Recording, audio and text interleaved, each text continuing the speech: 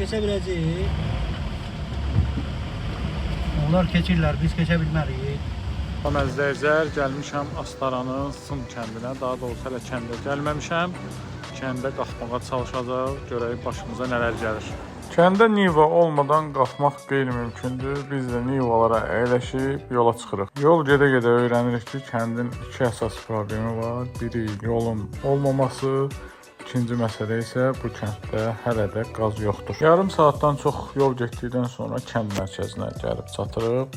Meşənin ortasında yerləşən Sım kəndi öz təbiəti ilə, şəlalələri və bulaqları ilə məşhurdur.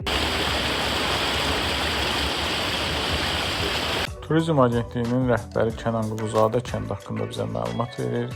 Sım şəlaləsini görmək üçün yenidən yola düşürük, amma əvvəlcə Təngərüd çayını keçməliyik. Keçə biləcəyik. Onlar keçirlər, biz keçə bilmərik. Daha bizlə isə keçəcəyik.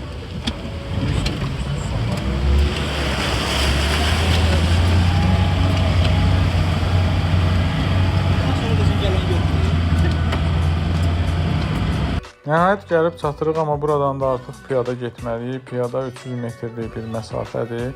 Bizdən əvvəl yağış yağdığına görə yol bir xeyli palçıq və sürüşkən idi. Ona görə maksimum ehtiyatla hərəkət etmək lazımdır. Bu da həmin məşhur Sım şəlaləsi. Çəkə bildik.